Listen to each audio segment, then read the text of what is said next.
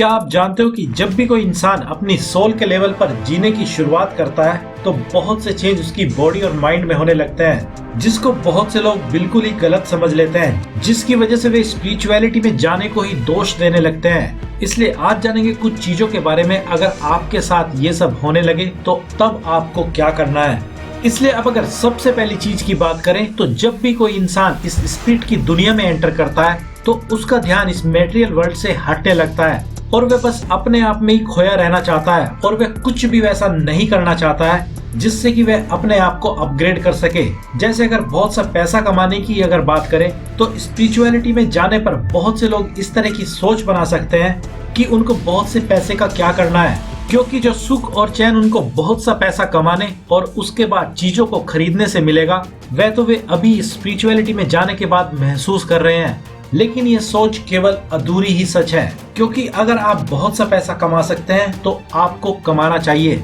वह बात दूसरी है कि अगर आपको उसकी जरूरत नहीं है तो कोई बात नहीं, आप उस पैसे को उन लोगों पर खर्च कर सकते हैं जो ऐसा कर पाने में कामयाब नहीं हो पा रहे हैं, क्योंकि ऐसा करके भी तो आप इस यूनिवर्स के दूसरे लोगों की जिंदगी सुधारने में अपना योगदान ही देंगे और इससे बड़ा कौन सा काम हो सकता है। और दूसरी बात इसकी यह भी है कि आप इस मेटेरियल वर्ल्ड को पूरी तरह से नकार नहीं सकते हैं, क्योंकि माना कि आपका माइंड और स्पिरिट दोनों ही 3 डायमेंशन से ऊपर की चीजें हैं, लेकिन इन दोनों को जो आपकी बॉडी संभाल कर चल रही है वह तो इसी 3 डायमेंशनल वर्ल्ड और मेटेरियल वर्ल्ड से कनेक्टेड है और वह बस इसी मेटेरियल वर्ल्ड की भाषा को जानती है और इसको बस यही की चीजें पसंद आती है। इसलिए अगर आपके मन में भी कुछ इस तरह के ख्याल आने लगे कि ये मेटेरियल वर्ल्ड बेकार की चीज है तो आपको अभी इस तरह के विचारों को बदल लेने की जरूरत है, क्योंकि मेटेरियल वर्ल्ड भी स्पिरिचुअल वर्ल्ड की तरह ही जरूरी है। क्योंकि बिना मेटेरियल वर्ल्ड की जरूरतों को पूरा करे आप सही से स्पिरिचुअल वर्ल्ड में भी नहीं जा पाओगे। कड़वा है मगर सच है। इसलिए आपको इन दोनों में से किसी एक को चुनने की जरूरत नहीं है,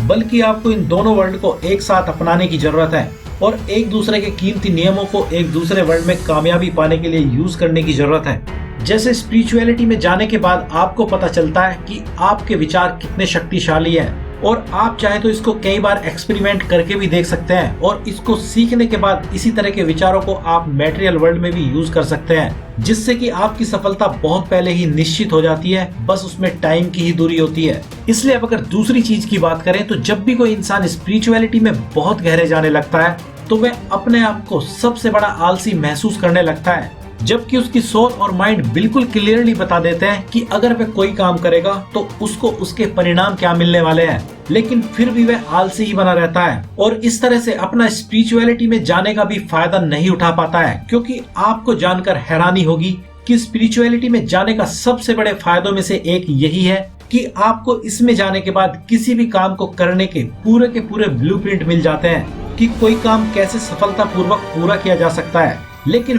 बहुत से लोग इन ब्लूप्रिंट को ही अपने दिमाग में सोच सोच कर ही खुश होते रहते हैं कि वे जब चाहे वो कर सकते हैं जो वे करना चाहते हैं और इसी चक्कर में आलसी बने रहते हैं। इसलिए अगर आपके साथ भी कुछ ऐसा ही हो रहा है तो अपने ब्लूप्रिंट को साकार करने के लिए अपने माइंड और बॉडी को फिर से तैयार कीजिए और अपने काम पर लग जाइए, क्योंकि कई बार इंसान का माइंड यहाँ पर गेम खेल रहा होता है और लोगों को बस कल्पनाओं में ही खोए रखता है, जिसमें वे बहुत सी अलग अलग तरह की कल्पनाएं करते रहते हैं। जबकि आपको कल्पना तो करने की जरूरत है मगर रोज रोज अलग अलग तरह की नहीं। बस आप अपने आप को एक ही तरह की कल्पना पर रोकना सीख लो और फिर देखो कैसे यही आपका दिमाग खुद के ही जाल में फंस जाएगा और आपका सोचा गया काम इसकी गलती से ही सही मगर पूरा जरूर हो जाएगा। इसलिए अब अगर अगली चीज की बात करें तो जब भी कोई स्पिरिचुअलिटी में डीप जाने लगता है तो वह अपने आप को दूसरों से बिल्कुल अकेला सा महसूस करने लगता है और कभी कभी तो वह बहुत ही ज्यादा अपने आप को अकेला महसूस करता है। लेकिन आपको जानकर हैरानी होगी यह अकेलापन भी 2 तरह का होता है।